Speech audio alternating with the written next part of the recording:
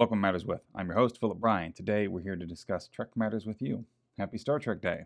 September 8th, 1966 was the first day Star Trek was broadcast. And to celebrate, I'm going to rank and grade every Star Trek feature film.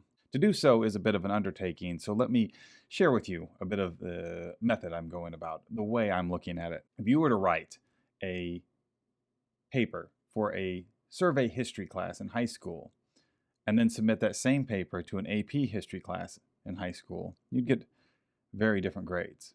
If there's any mainstream franchise that is AP sci-fi, it's Star Trek. 13 films, 8 television series, 3 animated series, and 1 short-form anthology series. So, my grades and comments might seem a little critical. All right, let's go, or make it so. Wait, before we do, please like and subscribe. Like the video, subscribe to the channel, and if you know Trekkers who like to talk Trek, please share this video with them. Engage.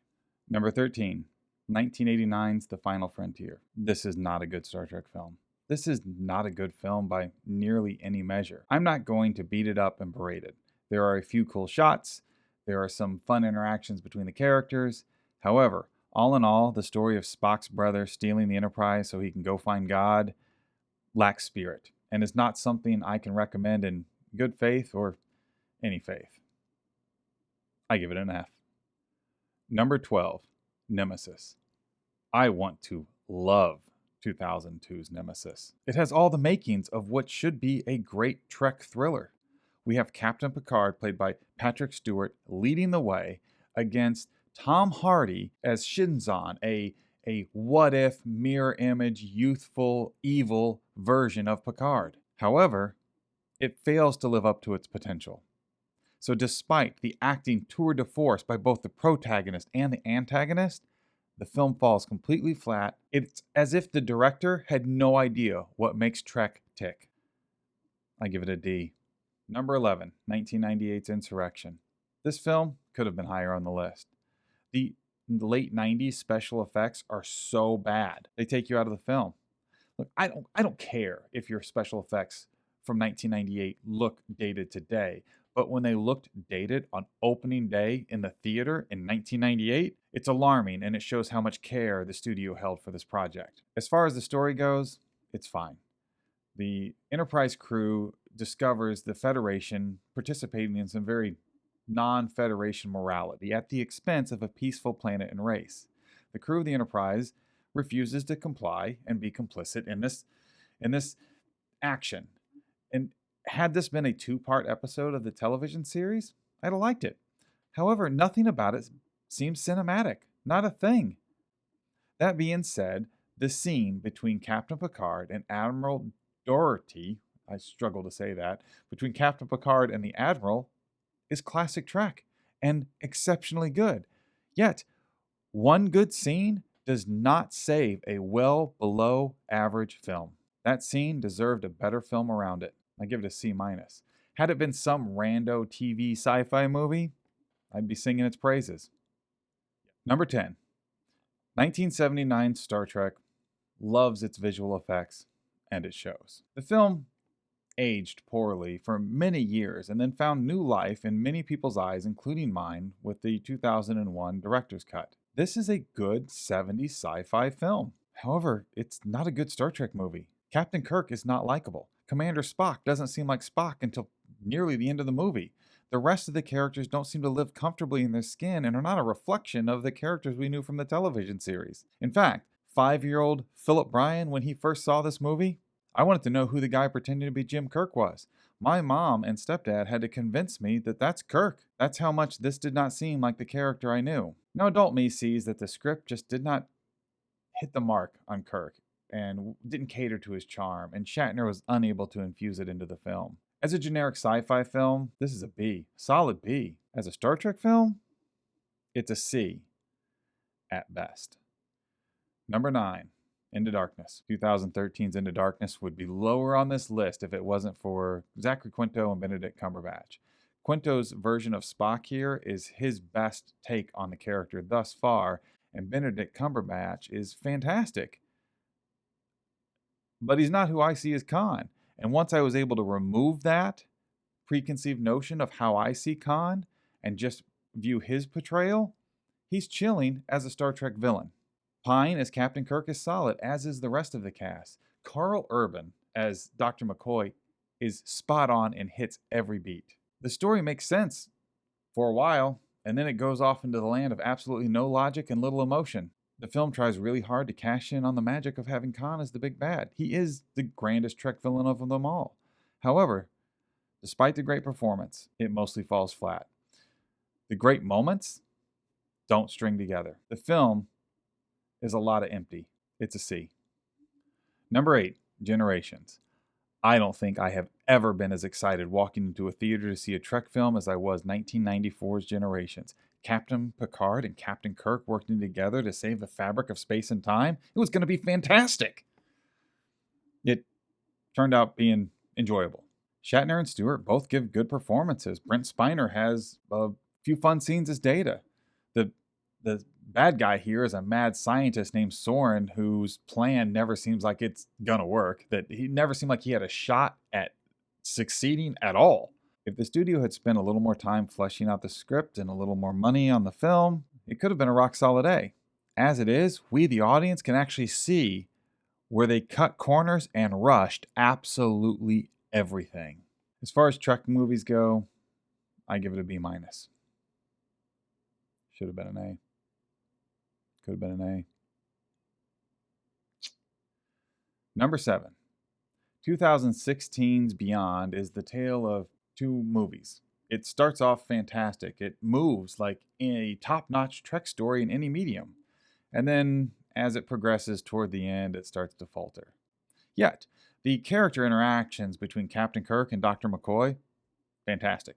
The moments between Commander Spock and Dr. McCoy are even better. I like this movie. It's better than its reputation. The crew of the Enterprise is on year 3 of their 5-year deep space mission, and it feels like a movie version of a TOS episode in a good way. I give it a B-. Speaking of films that are better than their reputation, that brings us to 1984's A Search for Spock at number 6. This film gets a bad rap for its pacing. Well, I say that's because of where it sits in the timeline and where it sits in the franchise. The title tells you everything you need to know about the plot of the story. Captain Spock is dead. Or is he? If he's not, you can bet your last bottle of Saurian brandy, or Altair water, that Admiral Kirk and the crew of the Enterprise are going to find out, no matter the risk.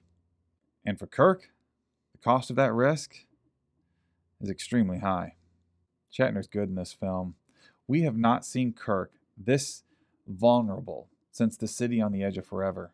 If The Wrath of Khan, The Search for Spock, and The Voyage Home were the only Star Trek films ever made, nothing before or since, they, collectively, would go down as one of the best film trilogies of all time, rivaling anything.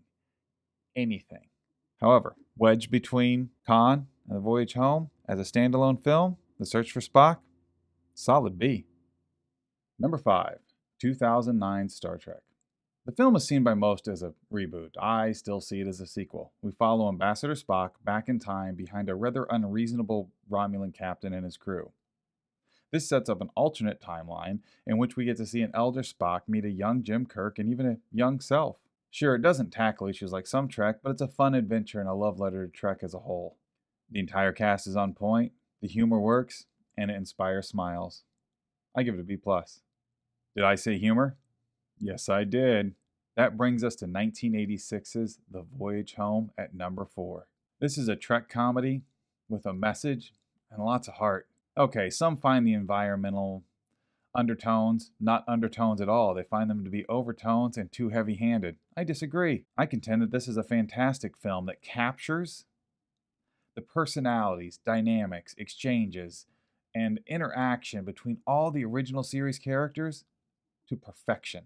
The whole movie is fun, but it does start dark. The planet Earth is going to die unless it can communicate with this really menacing probe of unknown origin that needs to talk to humpback whales. Well, the only way to find humpback whales that are indigenous to Earth alone in the 23rd century is in their past. So we get a time travel adventure, which Trek does a lot.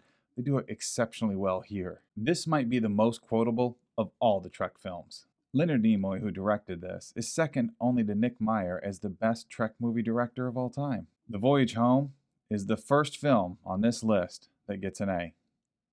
The aforementioned Nicholas Meyer directed 2 of the top 3 Trek films. Any one of these movies, one could make an incredible case for them to be in the top spot.